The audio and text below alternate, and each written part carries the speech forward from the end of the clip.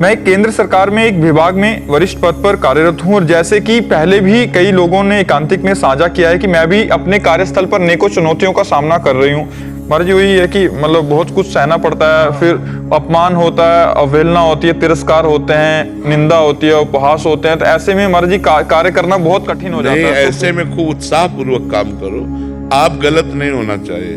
आपको जो पद मिला है और जहां तक आपका कार्य क्षेत्र है उसमें न त्रुटि होनी चाहिए, न कोई किसी भी तरह का प्रलोभन या भय के द्वारा हम कोई गलत कार्य ना करें। जो भी आपका डिपार्टमेंट हो, हम अपने कार्य क्षेत्र में पवित्र रहें। इसके बाद लोग गाली देते हैं या उपहास करते हैं या निंदा करते हैं, हमें बिल्कुल परवाह नहीं होनी चाहिए। हमें मस्त रहना चाहिए क्योंकि हम गलत नहीं हैं। यदि हम गलत हैं तो सुधार कर लेना चाहिए और यदि गलत नहीं है तो हमें बेपरवाह हो जाना चाहिए, हमें मस्त रहना चाहिए, हमें किसी की बातों में नहीं आना चाहिए। कभी सहन नहीं। नाम जप करो तो इससे सहनशीलता बढ़ेगी।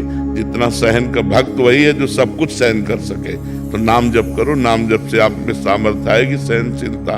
अरे जी सहनशीलता का परिभाषा क्या है कि मतलब केवल अंदर सहते रहना या उसको कटिंग करना अंदर से? नहीं, अगर विवेक है तो विवेक काट देगा, 1 मिनट में काट देगा। कि वापिस आना ये महत्वपूर्ण है ना महाराज जी। पता लगा सहन करते करते डिप्रेशन में चले गए महाराज। नहीं, भजन करने वाला कभी डिप्रेशन में नहीं जाता। भजन चूंकि नाम जब चल रहा है ना, वो हाँ जैसे आग जल रही है और आपने पानी डाला तो आग कभी बढ़ थोड़ी सकती, वो शांत हो जाएगी। तो भगवान का नाम शीतल है, वो आपकी बुद्धि को भी शांत कर देगा, विवेक प्रकट करके उसे काट देगा। वैसे अगर सत्संगी है तो विवेक रखता है। एक ही आता है कि कब तक सहन करें, कब तक सहन? हमें बराबर जीवन भर सहन करना पड़ेगा। जो सहन कर गया वही महात्मा, जो टूट गया वही संसारी। क्या परिस्थिति परिवर्तित करने के लिए श्री जी से परिस्थिति परिवर्तित करने के लिए नहीं, परिस्थिति में हृदय को परिपक्व करने के लिए भगवान ने बनाया है। परिस्थिति भगवान ने दिया है हमारे हृदय को परिपक्व करने के लिए। हम परिस्थिति परिवर्तन की मांग ना करें, हम उस परिस्थिति में डटकर लड़ने की क्षमता प्राप्त करें।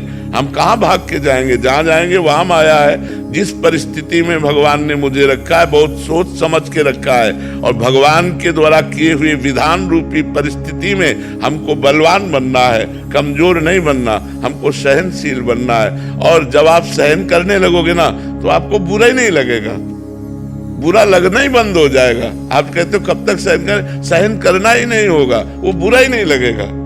बुरा तब तक लगता है जब तक अहंकार रहता है। और नाम जब करते हुए अहंकार जब भगवान के चरणों में समर्पित होता है फिर बुरा नहीं लगता, फिर हंसी आती है। जैसे पागल आदमी आपको कुछ बोले तो आपको बुरा नहीं लगेगा क्योंकि आपको पता पागल है। ऐसे ये माया में पागल लोग हैं, यदि निंदा करते हैं, अपमान करते हैं तो हमें मुस्कुरा के चल देना चाहिए, हमें बुरा नहीं मानना चाहिए। और ये क्षमता आएगी भजन से। जितना भजन करोगे उतने सहनशीलता बढ़ेगी।